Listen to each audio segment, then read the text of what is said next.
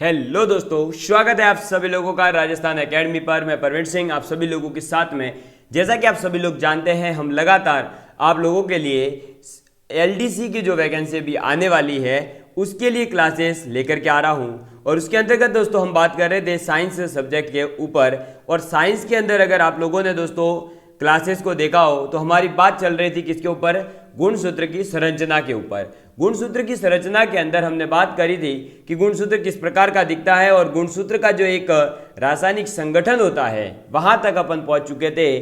और रासायनिक संगठन के अंदर हमने देखा था कि गुणसूत्र के अंदर होते हैं डीएनए और प्रोटीन, जिसमें प्रोटीन दो प्रकार के होते हैं। एक होते हैं हिस्टोन प्रोटीन और एक होते हैं नॉन हिस्टोन प्रोटीन।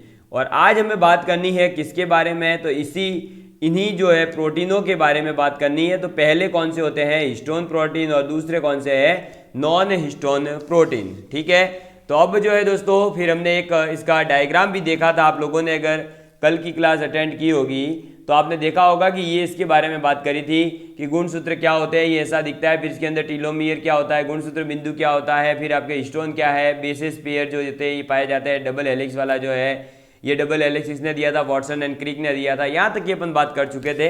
अब अपन बात करने जा रहे हैं आज, आप हेडिंग डालेंगे हिस्टोन प्रोटीन। हिस्टोन प्रोटीन, ठीक है। किसके बारे में बात करने वाले हैं? हिस्टोन प्रोटीन के बारे में बात करने वाले हैं। हिस्टोन प्रोटीन जो होते हैं बेसिकली ये सारे प्रोटीन होते हैं। सबसे पहले तो ये पता होना चाहिए, ये भी पूछा जाता है कि इनका नेचर कैसा होता है। तो ये सारे प्रोटीन होते हैं, ठीक है। कैसे होते हैं? सारे प्रोटीन होते हैं। और इनके अंदर दोस्तों जो है आप लोगों के दो प्रकार के अमीनो अम्ल पाए जाते हैं। और इसके अंदर कितने पाए जाते हैं? दो प्रकार के। पहला एक तो है लाइसिन, लाइसिन और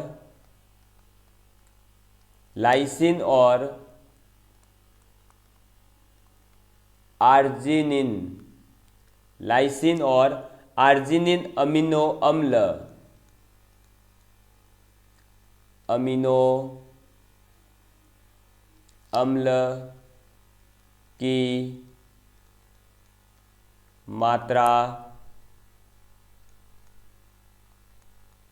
अधिक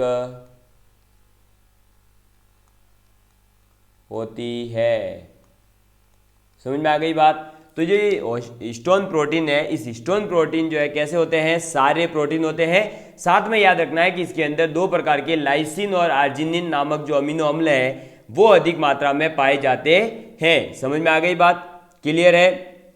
ये जो हिस्टोन है दोस्तों ये क्या करता है कि डीएनए जो होता है ना, डीएनए उसको उलझने से रोकता है। आपको देखा पीछे हमने कि डीएनए जो है वो डबल हेलिक्स होता है। अब अगर डबल हेलिक्स है तो आप ये मानिए कि एक तरह से एयरफोन जैसा है। एयरफोन अगर जो है पूरा गुच्छा बन जाता है तो हालत ख़राब होती है ना उसका एक एक वायर अलग करने में। तो वैसे ही अगर डीएनए उलझ जाए तो भाई साहब अपनी हालत ख़राब हो जाए। इसलिए उसको रोकने के लिए ये लाइस जो है हिस्टोन होते हैं। तो आप इसके अंदर लिखेंगे कि हिस्टोन डीएनए को उलझने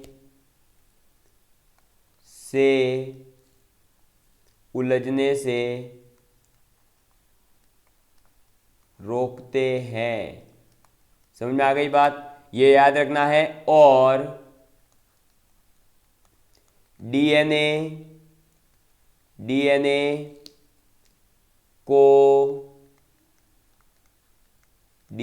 को होने वाले नुकसान से बचाते हैं। ठीक है, नुकसान यानी जो उसे हार्म्स होने वाले हैं उससे बचाते हैं। क्लियर है बात? समझ में आ गई बात? चलिए आगे बात करते हैं। और ये हिस्टोन क्या करते हैं? तो ये जो हमारे हिस्टोन है ये और क्या करेगा? तो ये जो है दोस्तों आपके जीन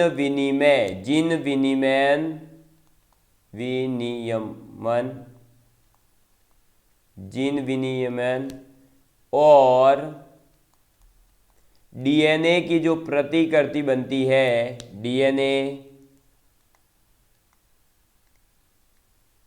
प्रतिकृति में महत्वपूर्ण भूमिका निभाते हैं, महत्वपूर्ण भूमिका निभाते हैं। समझ में आ गई बात? क्लियर है आप लोगों के लिए? तो ये चीज़ आप लोगों को याद रखनी है। और एक आप इसमें याद रखेंगे कि अगर स्टोन ना हो तो ये एक हाइपोथेटिकल टाइप का क्वेश्चन बन सकता है, इसलिए इसको आप थोड़ा सा अलग पेन से लिखना और ट्राई करना कि ये पूरा का पूरा एज इट इज पॉइंट याद रहे। तो हिस्टोन के बिना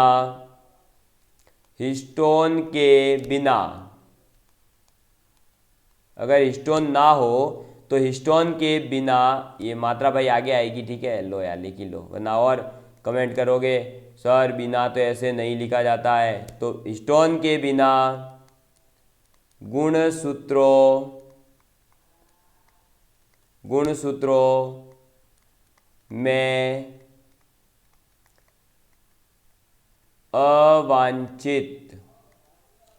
अवांछित डीएनए जो है वो बहुत लंबा होगा।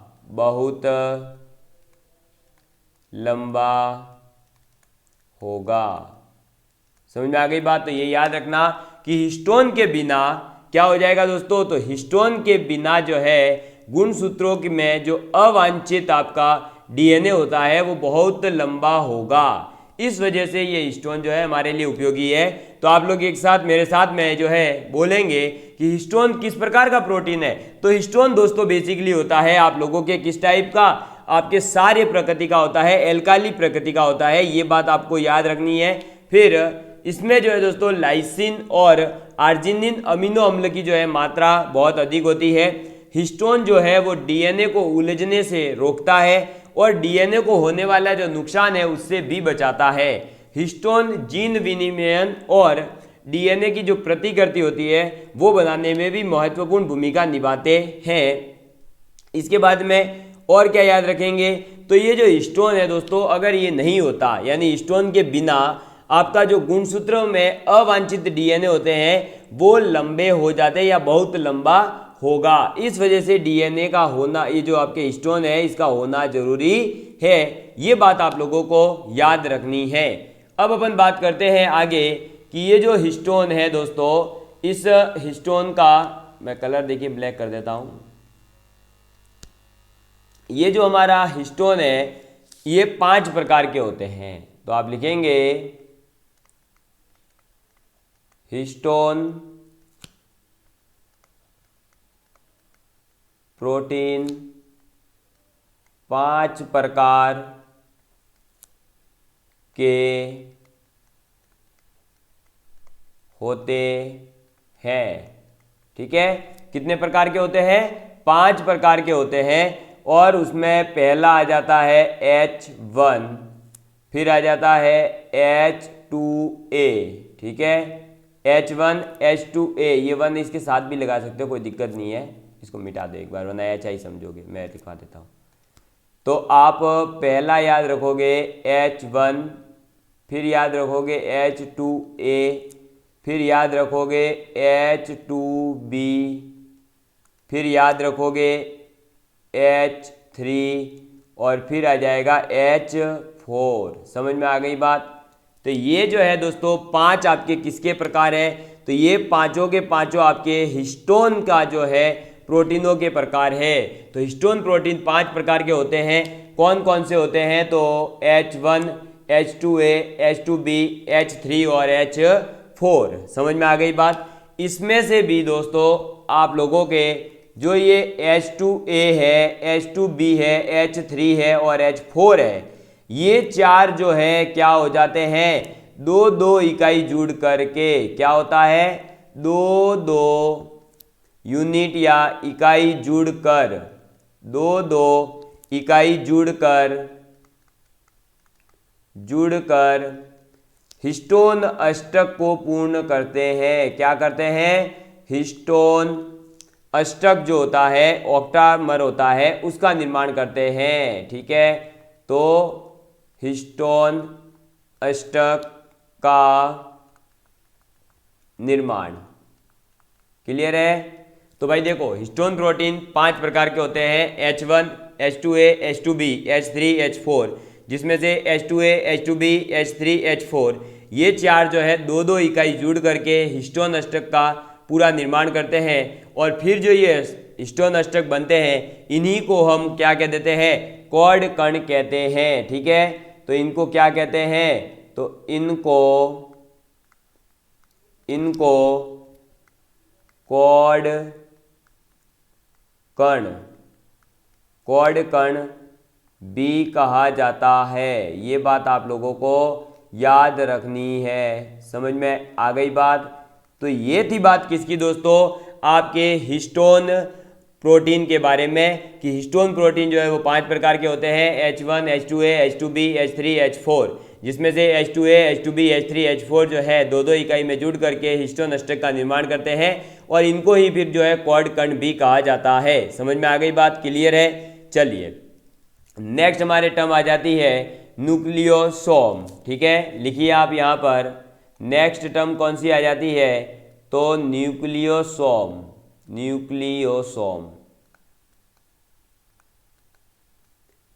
कौन सी आ जाती है? न्यूक्लियोसोम।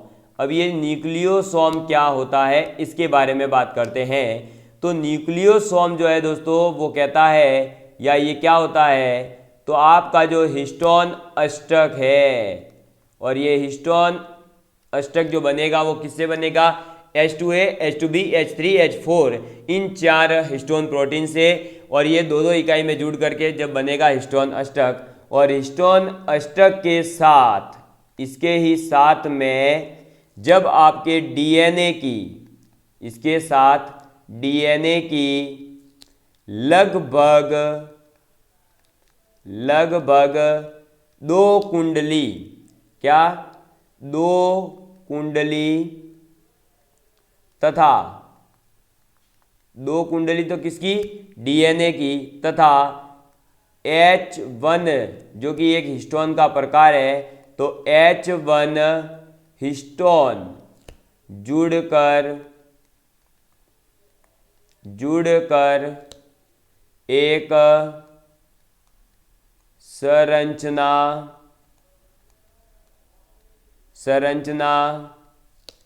बनाती है, जिसे या इसे न्यूक्लियोसोम कहते हैं। तो न्यूक्लियोसोम कब बनता है, या न्यूक्लियोसोम कैसे बनेगा, आप लोगों को समझ में आ गया होगा। न्यूक्लियोसोम कहा जाता है। ठीक है, तो न्यूक्लियोसोम कैसे बनेगा?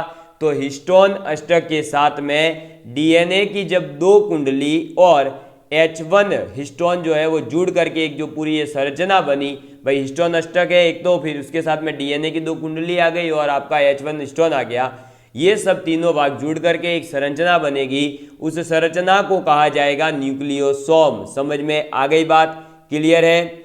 चलिए एक बात और रखेंगे आप यहाँ पर याद, इस न्यूक्लियोसोम से रिलेटेड ही है और वो आपके लिए पूछी जा सकती है। तो आप लिखेंगे कि एक न्यूक्लियोसोम यूकैरियोट्स,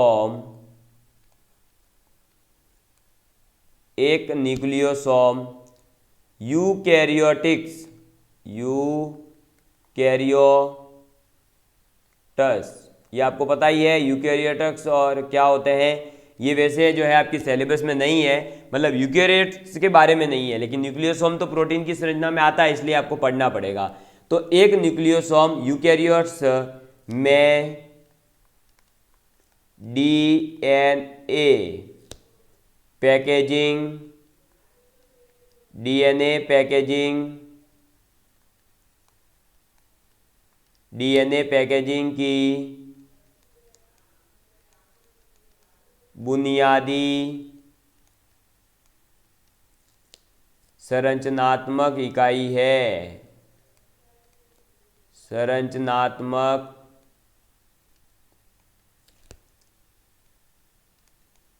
इकाई है।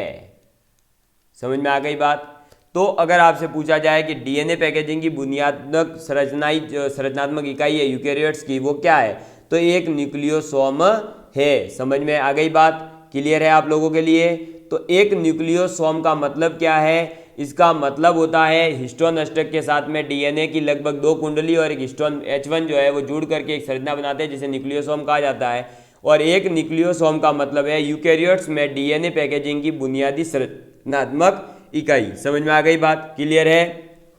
तो इसी के साथ में अपना जो है दोस्तों क्या होता है, ये न्यूक्लियोसोम यहाँ पर होता है कंप्लीट। एक बात और इसके अंदर याद रखेंगे न्यूक्लियोसोम में, वो आ जाती है क्या, तो एक न्यूक्लियोसोम में एक बात ये याद रखनी है कि जब 6 न्यूक्लियोसोम, कितने, 6 न्यूक्लियोसोम, 6 न्यूक्लियोसोम आपस में जुड़ते हैं, आपस में जुड़कर एक संरचना बनाते हैं और उस संरचना को क्या कहा जाएगा, सोलेनॉइड कहा जाएगा। सोलेनॉइड, ठीक है, सोलेनॉइड, सोलेनॉइड कहा जाता है। ठीक है, इसको याद ऐसे रखेंगे कि जब 6 न्यूक्लियोसोम होते हैं वो जुड़ते हैं तो एक सोलेनॉइड नामक जो है संरचना का निर्माण होता है। और ये जो हमारा सोलेनॉइड की जो है दोस्तों अवधारणा, या ये कह सकते हैं कि सोलेनॉइड के बारे में जो इसका कॉन्सेप्ट दिया था, इसकी जो अवधारणा दी थी वो किसने दी थी, तो इसकी अवधारणा दी गई है आपके किसके द्वारा, आउडेट के द्वारा। किसके द्वारा, आउडेट द्वारा। समझ में आ गई बात, क्लियर है आप लोगों के लिए, समझ में आ गई ना, ठीक है। तो ये बात आपको जो है याद रखनी है, क्लियर है। इसके बाद में अपन जो है गुणसूत्रों की आकृति के बारे में बात कर ही चुके हैं, आप सभी लोग जानते ही हैं इसके भाई क्या क्या भाग है, इसके मध्य केंद्र की, उप केंद्र की, अग्र केंद्र की, अग्र केंद्र की, इन सब के बारे में अपन बात कर चुके हैं। ठीक है, इससे ज़्यादा आपसे जो है इसके अंदर पूछा नहीं जाएगा। जितनी संरचना मैंने आपको बताई है इतना आपको अगर याद है तो आपका काम बन जाएगा। अब अपन बात करते हैं गुणसूत्रों के प्रकार की। तो आप यहाँ लिखेंगे नेक्स्ट टॉपिक आपका गुणसूत्रों यानी टाइप ऑफ क्रोमोसोम्स। तो गुणसूत्रों के प्रकार, गुणसूत्रों के प्रकार में आप पहला लिखेंगे, 4 प्रकार के होते हैं। तो पहला लिखेंगे अलिंग गुणसूत्र, अलिंग गुणसूत्र। समझ में आ गई बात, यानी ऑटोसोमल क्रोमोसोम। क्या होते हैं, ऑटोसोमल, ऑटोसोमल क्रोमोसोम। ठीक है, चलिए तो ऑटोसोमल क्रोमोसोम के बारे में बात करते हैं। तो इसमें आपको याद रखना है कि लिंग से संबंधित जितने भी लक्षण हैं उनको छोड़ करके सभी प्रकार के जो कायिक लक्षण हैं उनका निर्धारण कौन करेगा, ये अलिंग सूत्र जो होते हैं आपके वही करेंगे। तो आप लिखोगे कि लिंग से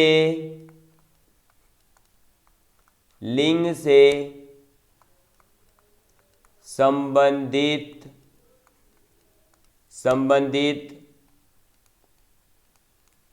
लक्षणों को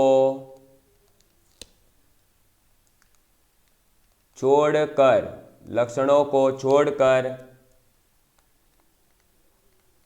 सभी प्रकार के कायिक लक्षणों और कायिक लक्षणों को आप इंग्लिश में कह सकते हैं सोमैटिक सिम्टम्स। ठीक है, तो सभी प्रकार के जो कायिक लक्षण है यानी सोमैटिक सिम्टम्स है उनका निर्धारण करते हैं, लक्षणों का निर्धारण करते हैं। समझ में आ गई बात। इनकी संख्या मानव में कितनी है ये बात आपको याद रखनी है। तो इनकी संख्या मानव में 44 होती है। समझ में आ गई बात। ये चीज आपको याद रखनी है कि गुणसूत्र कितने प्रकार के हैं। तो गुणसूत्र आपके होते हैं दोस्तों 4 प्रकार के। कितने प्रकार के? 4 प्रकार के होते हैं, जिसमें पहला आ जाता है अलिंग गुणसूत्र यानी ऑटोसोमल क्रोमोसोम्स।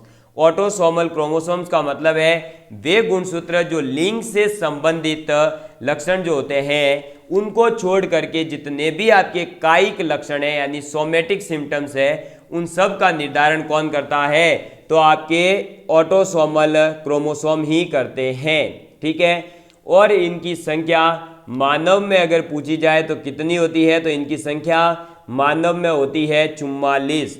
अगर आपके दिमाग में आ रहा हो कि सर आपने पहले तो 46 बताए थे, तो दोस्तों जो 46 गुणसूत्र है वो टोटल है। मानव के अंदर टोटल गुणसूत्र कितने होते हैं? तो 46 होते हैं, लेकिन उन 46 में से जो 44 है वो तो क्या होते हैं? अलिंग गुणसूत्र होते हैं। ठीक है, चलिए अब बात करते हैं नेक्स्ट गुणसूत्रों में टाइप कौन सा आ जाएगा? तो लिंग गुणसूत्र। तो आप लिखेंगे सेकेंड टाइप में लिंग गुण सूत्र। अब लिंग गुण सूत्र का मतलब क्या है? तो सेक्स क्रोमोसोम। Sex chromosome. अब ये सेक्स क्रोमोसोम क्या होते हैं तो इनकी बात करते हैं। ये सबसे पहले तो याद रखना है कि लिंग निर्धारण करते हैं। तो लिंग का निर्धारण करते हैं।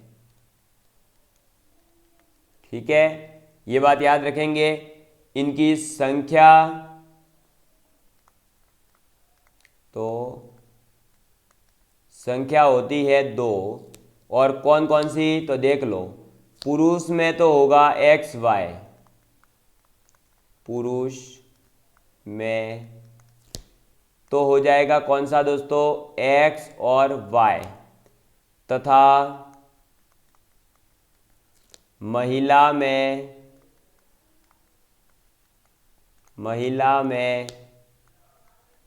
XX।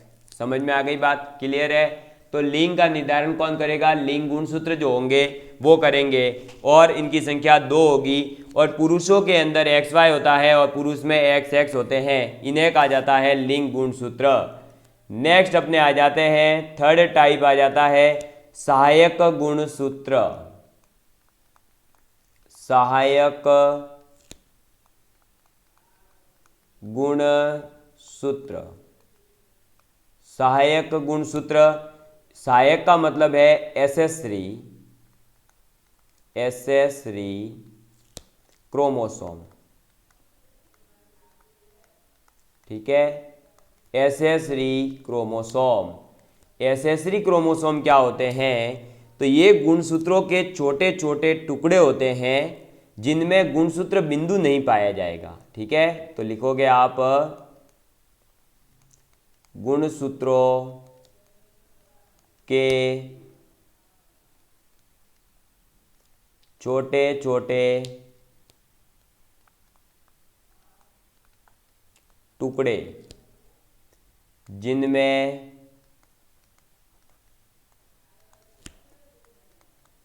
गुणसूत्र बिंदु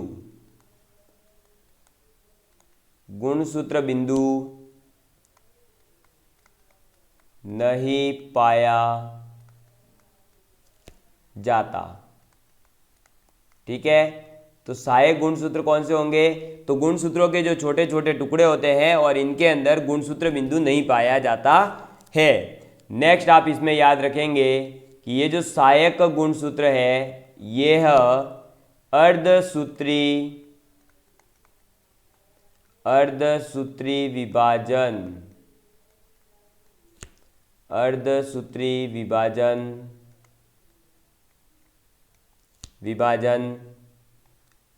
विभाजन का मतलब पता ही होगा, मियोसिस में भाग नहीं लेते। समझ में आ गई बात? ये चीज भी आपको याद रखनी है। अगर हम बात करें तो अब जब ये देखो अर्धसूत्री विभाजन में भाग ले नहीं रहे, इनके अंदर गुणसूत्र बिंदु होते नहीं, तो इसका मतलब है कि आनुवंशिक रूप से ये निष्क्रिय होते हैं। तो आनुवंशिक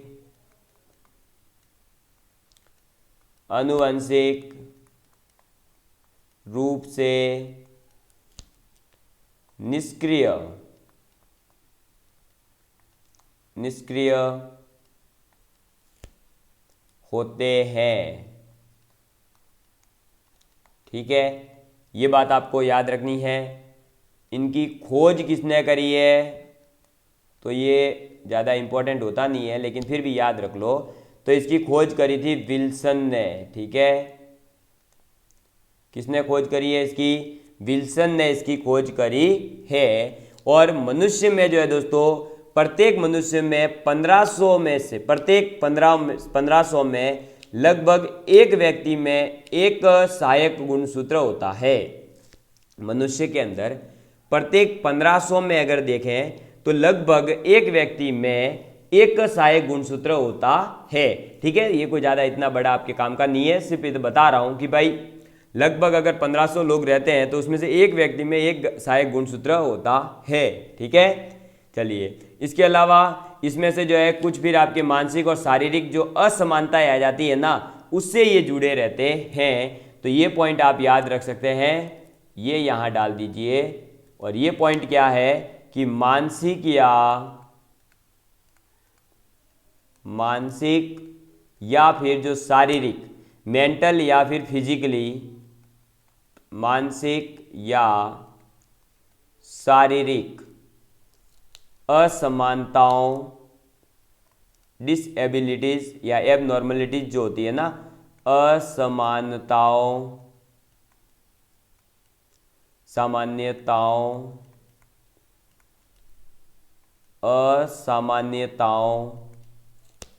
से जुड़े होते हैं। ठीक है, ये बात आपको याद रखनी है कि जो सहायक गुणसूत्र होते हैं वो क्या होते हैं? तो गुणसूत्रों के जो छोटे छोटे टुकड़े हैं उन्हीं को हम कह रहे हैं क्या? तो इन छोटे छोटे टुकड़ों को ही हम कहते हैं आपके अर्ध सहायक गुणसूत्र। ठीक है, इनके अंदर गुणसूत्र बिंदु नहीं पाया जाता है। यह अर्धसूत्री जो विभाजन होता है, मियोसिस होता है, उसके अंदर भी भाग नहीं लेते हैं और आनुवंशिक रूप से ये जो है निष्क्रिय होते हैं। इसकी खोज विल्सन ने करी है। और मानसिक और जो शारीरिक रूप से कुछ आपके असमानताएं होती है ना, उन असमानताओं से भी जुड़ा हुआ कौन होता है? असमानताओं या असामान्यताओं। ठीक है, असामान्यताओं से जो जुड़ा होता है वो कौन जुड़ा होता है? तो असामान्यताओं से जुड़े होते हैं ये आपके सहायक गुणसूत्र। समझ में आ गई बात? क्लियर है आप सभी लोगों के लिए? चलिए अब बात करते हैं अपन आगे। तो नेक्स्ट अपने इसके बाद में आ जाते हैं दोस्तों आपके जॉइंट या जाइंट क्रोमोसोम या विशालकाय यानी बहुत बड़े गुणसूत्र, या उन्हें ही कहते हैं हम पॉलीटिन गुणसूत्र। ये आपका नेक्स्ट टाइप आ जाता है, फोर्थ टाइप। तो क्या लिखेंगे? विशालकाय गुणसूत्र। ठीक है, या इसे ही कहते हैं पॉलीटीन गुणसूत्र। ठीक है, इसको इंग्लिश में क्या कहेंगे तो आप कह सकते हैं जाइंट या पॉलीटीन क्रोमोसोम। क्लियर है? चलिए इसकी बात कर लेते हैं कि ये क्या होता है। तो पहले तो इसकी खोज किसने करी, तो इसके अंदर आप लिखो खोज। तो इसकी जो खोज की गई है वो की गई थी दोस्तों आपके E.G. बालबियानी के द्वारा। किसके द्वारा? E.G. बालबियानी ने इसकी खोज करी थी। इन्होंने इसकी जो खोज करी थी वो डायप्टेरा कीटों के लार्वा की जो लार ग्रंथि है उसमें की थी। ठीक है, तो इन्होंने ये जो खोज करी है ये किस में करी है, तो ये डायप्टेरा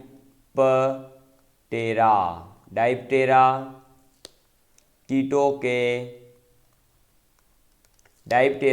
के लार्वा की जो लार ग्रंथि होती है ना, उस लार ग्रंथि में की। समझ में आ गई बात? क्लियर है?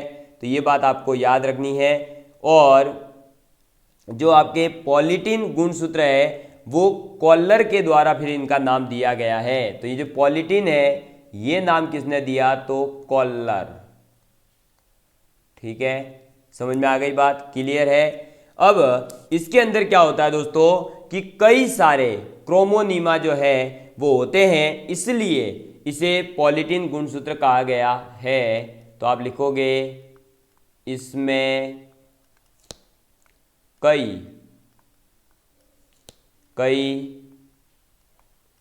क्रोमोनीमा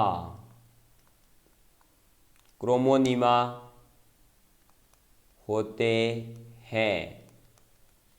ठीक है, तो ये बात आपको याद रखनी है। और जब कई सारे क्रोमोमियर से जुड़ते हैं तो प्रत्येक जो क्रोमोनीमा है उसके अंदर पफ क्षेत्र और गैर पफ क्षेत्र होते हैं, और इनके बारे में अब ज़्यादा इतनी पढ़ने की जरूरत नहीं है। ठीक है, फिर इसके अंदर जो है पफ क्षेत्र में बालबियानी छल्ले भी होते हैं जो कि आपके DNA, RNA और प्रोटीन से बने हुए होते हैं। इतना ज़्यादा तो बायो में पढ़ना होता है, अपने को इतना ज़्यादा पढ़ने की ज़रूरत नहीं है। समझ में आ गई बात? क्लियर है आप सभी लोगों के लिए? तो इतनी बातें जो है आप लोगों को ये याद रखनी है। और ये सब बातें किसके अंदर थी, तो ये सब बातें थी आपके दोस्तों गुणसूत्र की संरचना के ऊपर।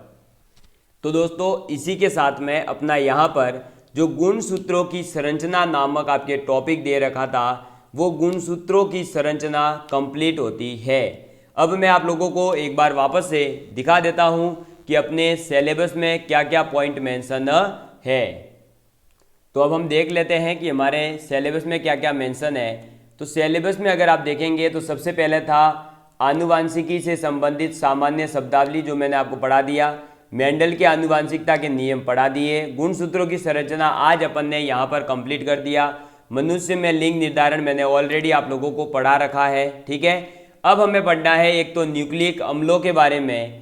ठीक है, न्यूक्लिक अम्ल यानी कि अपना जो RNA और DNA जो है इनके बारे में आपको पढ़ना है। और उसके बाद में आपको पढ़ना है प्रोटीन संश्लेषण का जो केंद्रीय सिद्धांत है, central dogma of protein synthesis, इसके बारे में पढ़ना है। उसके बाद में आपके बायोलॉजी का जो स्टैटिक वाला पोर्शन है वो यहाँ कंप्लीट हो जाएगा। इसके बाद में आपके कोई सिलेबस में जो बायोलॉजी के जो मेन टॉपिक थे वो सब कंप्लीट हो जाएंगे। फिर अपन जो है पढ़ेंगे आगे दूसरी सब्जेक्ट के बारे में। तो आप लोगों को दोस्तों अगर पढ़ने में मज़ा आ रहा है तो प्लीज़ ज़्यादा से ज़्यादा शेयर करिएगा, और ज़्यादा से ज़्यादा लोगों तक पहुँचाएंगे तो हमें भी मोटिवेशन मिलेगा। और हमें मोटिवेशन मिलेगा तो इसी प्रकार से आप लोगों के लिए पूरा का पूरा सिलेबस यूट्यूब के ऊपर कंप्लीट अवेलेबल करवा दिया जाएगा। ठीक है, तो चलिए दोस्तों अब मिलेंगे अपन एक नए टॉपिक न्यूक्लिक अम्लों के साथ में अगली क्लास के अंदर, और न्यूक्लिक अम्लों को मैं अगली एक ही क्लास के अंदर कंप्लीट कर दूंगा। ठीक है, love you all of you, take care and please share with your friends.